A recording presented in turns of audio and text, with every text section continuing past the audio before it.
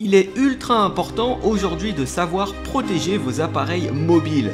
Dans ce cours de formation, vous allez découvrir comment sécuriser vos données personnelles et professionnelles avec des techniques efficaces telles que le verrouillage de l'écran, la localisation à distance, la sauvegarde automatique et bien plus encore.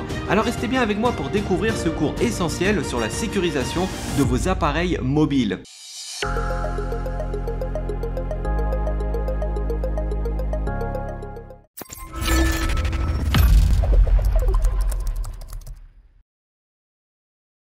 Les appareils mobiles sont destinés à être emportés partout et donc nous risquons plus facilement de les perdre ou de nous les faire voler. Il est donc important de les sécuriser, autant pour protéger nos données personnelles que celles de l'entreprise lorsque l'usage est professionnel. Une méthode simple pour protéger l'accès à vos appareils mobiles est l'utilisation du verrouillage de l'écran. Lorsque vos appareils ne sont pas utilisés, leur écran se verrouille automatiquement et il est nécessaire d'utiliser une des techniques suivantes pour les déverrouiller. Reconnaissance d'empreintes digitales, la plupart des appareils disposent aujourd'hui d'un lecteur d'empreintes digitales. Reconnaissance faciale, certains appareils ont aujourd'hui la capacité de reconnaître un visage en créant un profil 3D de l'utilisateur. Cela permet de déverrouiller le téléphone sans avoir à toucher l'écran.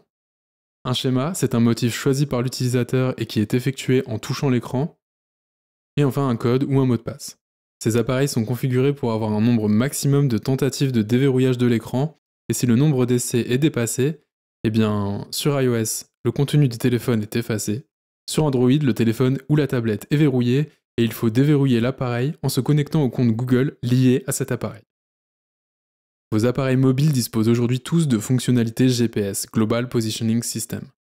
Et cette fonction peut être très pratique si votre appareil mobile est perdu ou volé, car elle peut vous permettre de localiser cet appareil. Sous Android par exemple, vous pouvez utiliser votre compte Google pour localiser un appareil. D'autres fonctions sont alors disponibles telles que faire sonner le téléphone, verrouiller l'appareil pour empêcher quelqu'un d'utiliser le téléphone s'il connaît le moyen de le déverrouiller, et enfin effacer toutes les données de l'appareil. Contrairement à nos ordinateurs de bureau qui peuvent être constamment connectés au réseau, les appareils mobiles, eux, sont constamment en mouvement. Et donc il peut être difficile d'effectuer des sauvegardes automatiques sur ces systèmes. Heureusement, que ce soit iOS ou Android, ils disposent des fonctionnalités de backup automatisées qui s'effectuent généralement lorsque les appareils sont connectés à un réseau Wi-Fi. Ces backups sont généralement réalisés vers le cloud et concernent le plus souvent des fichiers utilisateurs tels que les archives de messages, les photos, etc. Il est aussi possible de réaliser des backups complets des applications, historiques des appels, paramètres de l'appareil, contacts, agenda, etc. Si vous devez remplacer votre téléphone par un neuf, eh bien il est possible de tout restaurer pour que le nouvel appareil se retrouve dans le même état que l'ancien. Sur iOS, eh bien c'est avec iCloud que cette sauvegarde s'effectue. Quant à Android, c'est avec Google Drive. Il existe dans les deux cas des solutions avec des applications tierces. Généralement, les systèmes d'exploitation des appareils mobiles n'intègrent pas de firewall, principalement parce que sur les mobiles, le trafic est majoritairement sortant. Il existe cependant des applications de pare-feu tierces, notamment sur Android, et doivent être configurées et gérées par l'utilisateur. Il existe aussi des solutions pour les entreprises qui, elles, sont configurées et gérées de façon centralisée par un administrateur système. De la même manière, les mobiles n'intègrent généralement pas d'antivirus dans leur configuration par défaut. Bien que sur iOS, le contrôle de système soit strict et les mises à jour de sécurité fréquentes, sur Android, les malwares semblent arriver plus facilement à se frayer un chemin, et c'est pour ça qu'il existe des applications d'antivirus sur Android. Globalement, nos appareils mobiles sont plutôt bien sécurisés et si une vulnérabilité est connue, elle est très rapidement corrigée, d'où l'importance de toujours maintenir à jour le système d'exploitation. On peut noter que sur Android, les applications fonctionnent dans ce que l'on appelle un sandbox, soit un bac à sable. Cela signifie qu'elles sont isolées du reste du système tant que vous ne leur donnez pas les autorisations de le faire, telles que l'autorisation d'accéder aux contacts ou autorisation d'accéder aux fichiers, etc. Comme pour les ordinateurs, chiffrer l'intégralité de l'appareil est une très bonne mesure de sécurité pour protéger vos données.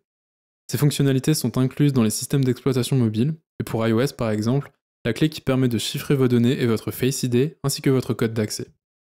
Chez Android, le chiffrement complet du disque a été introduit depuis la version 4.4, c'est le mot de passe ou le schéma de verrouillage qui servira de clé. Il faut faire attention car une grosse partie des applications que nous utilisons sur mobile stockent aussi nos informations sur le cloud ou sur des services externes. Dans ce cas, les données présentes sur votre téléphone seront bien chiffrées, mais ça ne garantit pas qu'elles le soient sur le service utilisé.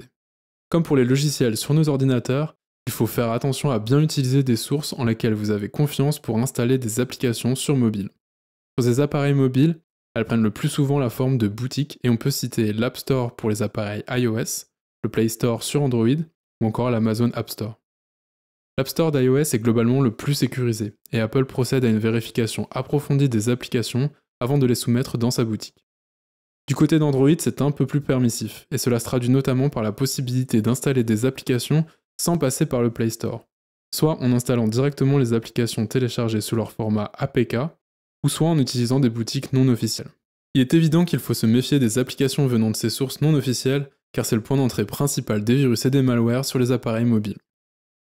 L'utilisation des appareils mobiles en entreprise est devenue la norme, et pour des raisons de sécurité, on encadre leur usage avec des politiques internes à l'entreprise.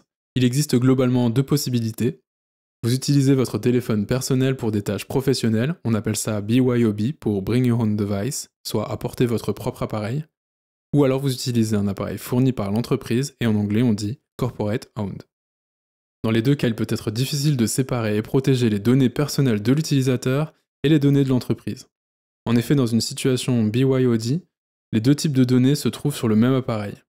Pour un appareil fourni par l'entreprise, des informations de vie privée peuvent être exposées en utilisant le GPS, le micro ou la caméra de l'appareil. Pour cela, les entreprises ont souvent recours à l'utilisation d'une solution de gestion des terminaux mobiles, MDM pour Mobile Device Management en anglais. Cela permet de gérer de façon centralisée un parc d'appareils mobiles et d'effectuer des restrictions géographiques ou dans le temps par exemple, afin que les usages professionnels n'aient lieu que sur le lieu de travail ou pendant les heures de travail.